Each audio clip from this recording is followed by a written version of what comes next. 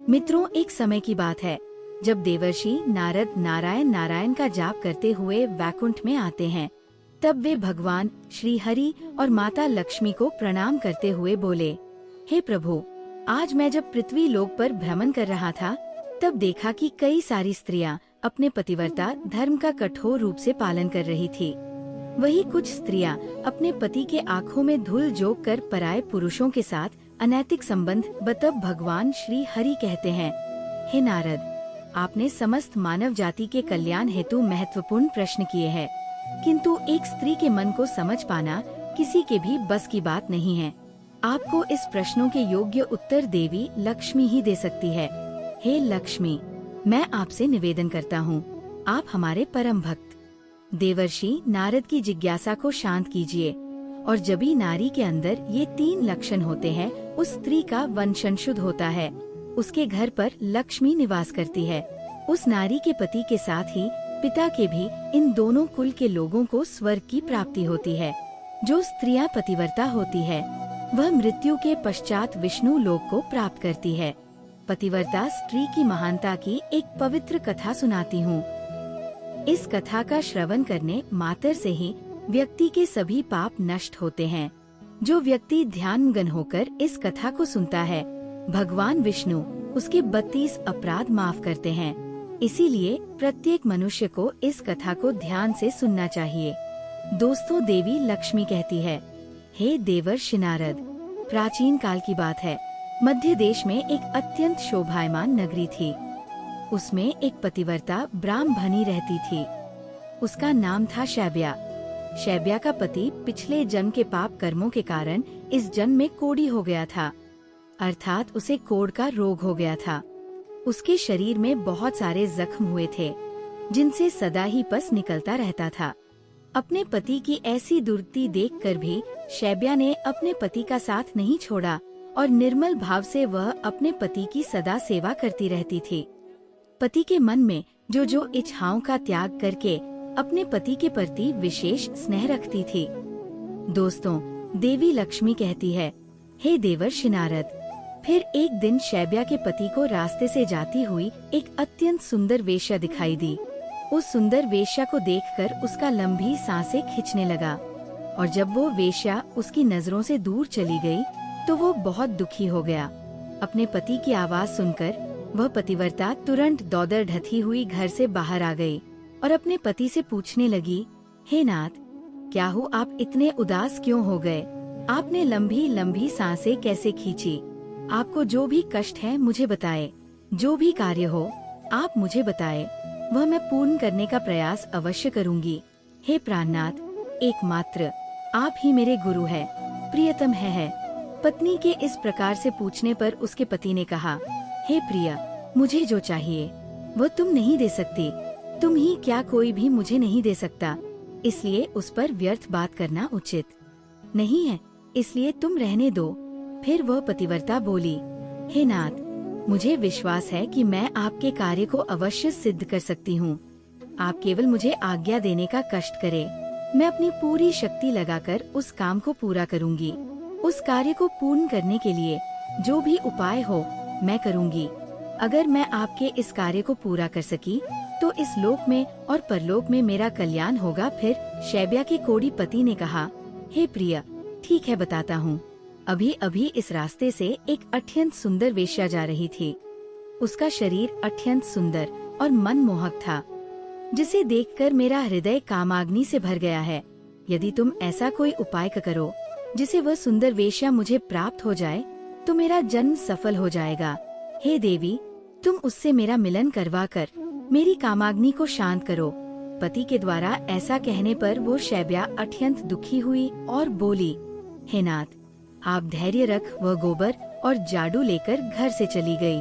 दोस्तों, देवी लक्ष्मी कहती है, हे देवर्षि नारद, जाते समय उसके मन में बड़ी प्रसन्नता थी। फिर वह उस वेश्या के घर पर पहुंच गई और उसने उस वेश्या के घर के आंगन में झाड़ू लगाया और गोबर से लीपकर उसका आंगन स्वच्छ किया। उधर वह वेश्या अपने आंगन को देखकर अपने सेवकों से पूछने लगी, अरे वाह, आज आंगन की इतनी बढ़िया सफाई किसने की है? जिसने भी मेरा आंगन स्वच्छ किया है। मैं उसकी इच्छा पूर्ण करूंगी। फिर वेश्या की सेवकों ने कहा, हे वेश्या, घर के आंगन की सफाई तो हमने नहीं की। हमारे जागने से पहले ही कोई इस आंगन की सफाई करके चला जाता है। सेवकों की बात सुनकर वेश्या को बड़ा आश्चर्य हुआ और वो सोचने लगी कि आखिर कौन आकर उसके घर के आंगन को साफ कर रहा है। फिर उसने जानने के लिए रात भर जागरण किया और छिपकर देखने लगी। तभी उसने देखा कि रात्रि के अंतिम प्रहर में ब्राह्मणी आकर उसके घर के आंगन को साफ कर रही है।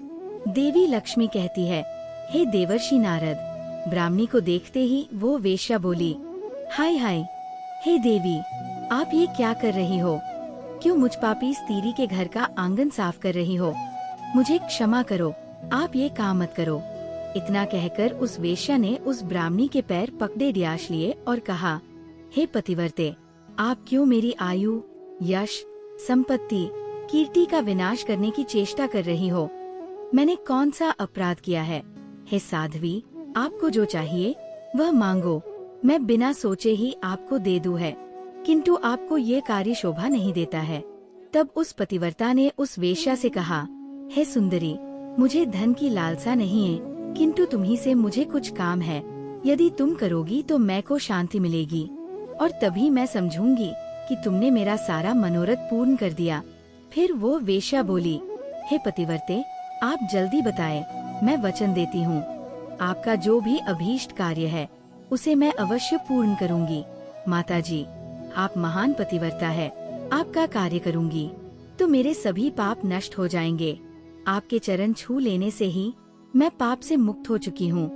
कृपया आप जल्दी बताएं, मैं आपकी किस प्रकार से मदद कर सकती हूँ? फिर उस पतिव्रता ने लजाते हुए कहा, हे सुंदरी, कुछ दिनों पहले मेरे पति की नजर तुम्हारे शरीर पर पड़ी थी, जिसे देखकर वे तुम्हारे शरीर के मोह में पड़ गए हैं और तुमसे से मिलन करने की इच्छा कर रहे हैं।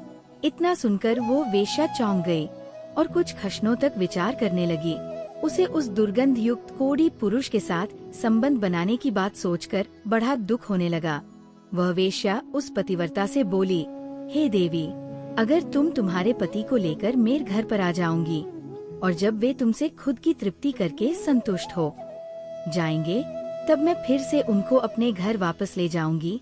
तब वेश्या बोली, हे पतिव्रते, तुम शीघ्र ही अपने घर पर चली जाओ ताकि कोई तुम्हें यहाँ पर ना देखे कि वो आज रात को उसे उस वेश्या के घर पर ले जाएगी। फिर वो कोढ़ी अपनी पत्नी से बोला, हे प्रिया, मैं उसके घर पर कैसे जाऊंगा? मुझसे तो चला नहीं जाता, फिर किस प्रकार से ये कार्य पूरा हो पाएगा?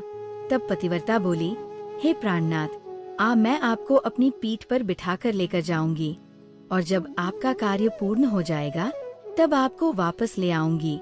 इतना सुनकर वह ब्राह्मण बहुत खुश हुआ और अपनी पत्नी से बोला, हे कल्याणी, तुम एक महान नारी हो, तुमसे मैं अति प्रसन्न हूँ। तुम्हारे कारण मेरा कार्य पूर्ण हो जाएगा।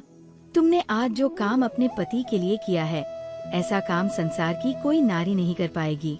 हे देवी, तुम धन्य हो। फिर रात हो गई और वह पतिव्रता ब्राह्मणी अपने पति को पीठ पर भी विद थे और अपनी तपस्या में लीन हो गए थे। जब रात के अंधकार में वह पतिव्रता ब्राह्मणी मांडव्य ऋषि के नजदीक से गुजर रही थी तो गलती से उसके कोढ़ी पति का पैर मांडव्य ऋषि के शरीर को लग गया और उनकी तपस्या भंग हो। जिस पापी ने भी मेरी तपस्या भंग की है और मुझे वेदनाएं दी है, वह पापी सूर्योदय होते ही भस्म हो जाएगा। ऋषि मांडव्य ने श्राप देते ही वह कोढ़ी जमीन पर गिर पड़ा। ऋषि मांडव्य का श्राप सुनते ही उस पतिव्रता को बहुत दो आज से 3 दिनों तक सूर्य का उदय ही ना हो। इतना कहकर वह पतिव्रता अपने पति को लेकर घर चली गई और अपने पति को शैया पर लिटाकर उसके पास बैठ गई। दोस्तों, देवी लक्ष्मी कहती है, हे देवर्षि नारद, पतिव्रता की वाणी में इतनी शक्ति होती है कि वह जो भी कहती है वह सत्य हो जाता है और पतिव्रता के कहने पर साक्षात सूर्य देव को भी उसकी इच्छा का पालन करना पड़ता है, क्योंकि स्वयं भगवान विष्णु ने ही पतिव्रता स्त्रियों को ये वरदान दिया है कि वे जो बोलेगी वह अवश्य ही सिद्ध हो जाएगा। फिर 3 दिनों तक सूर्य उदय नहीं हुआ। सारा संसार अंधकार में चला गया और तीनों लोकों में इसकी खबर गई। यह दृश्य देखकर सभी देवता ब्रह्मा जी के पास गए और सूर्य के उदय न होने का कारण पूछने लगे। तब ब्रह्मा जी ने देवताओं को उस ब्राह्मणी और मांडवी ऋषि का सारा वृतांत सुना दिया। दोस्तों, देवी लक्ष्मी कहती है, हे देवर्षि नारद। फिर सभी देवता ब्रह्मा जी के साथ दिव्य विमानों में बैठकर उस पतिव्रता नारी के घर के पास चले गए। ब्रह्मा जी ने उस पतिव्रता नारी से कहा, हे माता, तुम्हारे कहने से सूर्य का उदय होना गया है, जिससे संपूर्ण सृष्टि खतरे में आ गई है। प्राणियों का जीवन दुष्कर हो गया है। तुम कृपा करके अपने वचन पीछे ले लो और सूर्य का उदय होने दो। फिर उस पतिव्रता ने कहा, हे भगवान, एकमात्र मेरे पति ही मेरे गुरु है। ये मेरे लिए संपूर्ण लोकों से बढ़कर है और सूर्योदय होते ही मेरे पति की मृत्यु हो जाएगी, क्योंकि मांडव्य मुनि ने ऐसा श्राप दिया है। मैंने किसी लोभ में, क्रोध में तथा मोह में आकर ऐसा नहीं किया है। मैं केवल अपने पति के प्राणों की रख। फिर वह पतिव्रता बोली, हे देव, पति का त्याग करके मुझे किसी भी लोक में सुख की प्राप्ति नहीं होगी। मेरे पति मेरे लिए ईश्वर है, इसीलिए मैं उनका त्याग नहीं कर सकती। फिर ब्रह्मदेव ने कहा, हे कल्याणी, तुम्हारे इस पतिव्रता धर्म में बहुत प्रसन्न हूँ। तुम अभी इस हट को छोड़ दो और सूर्य का उदय होने दो, जिससे सारा संसार स्वस्थ हो जाएगा और हमारे आशीर्वाद से तुम्हारा कोटिपति भी कामदेव के समान सुंदर हो जाएगा। दोस्तों, देवी लक्ष्मी कहती है, हे देव वर्षि नारद, इस प्रकार से पतिव्रत नारी में संसार को भी नष्ट करने की शक्ति होती है। वह पतिव्रता नारी अपने पति के पतिव्रता नारी के सामने बड़े बड़े देवताओं को भी झुकना पड़ता है। तो दोस्तों, उम्मीद है आपको ये कथा पसंद आई होगी, तो कमेंट करके अवश्य बताएं। जानकारी अच्छी लगी तो वीडियो को लाइक जरूर करें और कमेंट में जय श्री हरि विष्णु अवश्य लिखें।